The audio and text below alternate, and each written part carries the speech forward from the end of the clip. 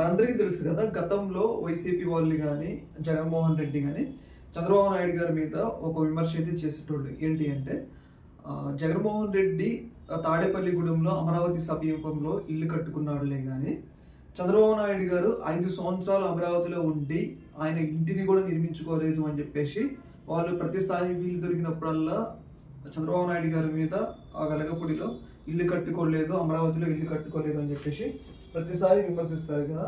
అయితే ఈ యొక్క విమర్శకి చంద్రబాబు నాయుడు గారు పులిస్ట పలికారు అనమాట. అది ఎలానంటే, రీసెంట్ గా చంద్రబాబు నాయుడు గారు ఒక కీలకమైన నిర్ణయం అయితే తీసుకోవడం జరిగింది. ఆ నిర్ణయం ఏంటంటే, తన సొంత ఓన్ డబ్బులతో అమరావతి ప్రైమ్ ఏరియా అంటే ఇప్పుడు మనందరికీ తెలుసు కదా,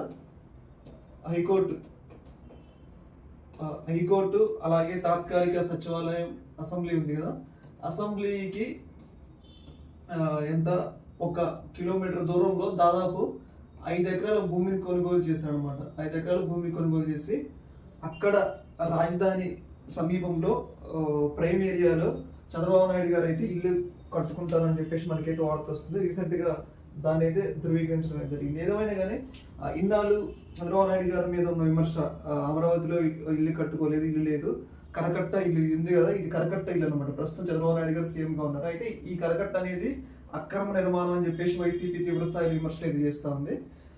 ఈ యొక్క విమర్శల్ని తిప్పికొట్టడం కోసం ఆయన శరవేగంగా ఇల్లు కట్టుకోవాలి అని చెప్పేసి భావించడం జరుగుతుంది. అందులో భాగంగానే ఒక 5 ఎకరాల భూమిని అయితే కొనుగోలు చేయడం జరిగింది.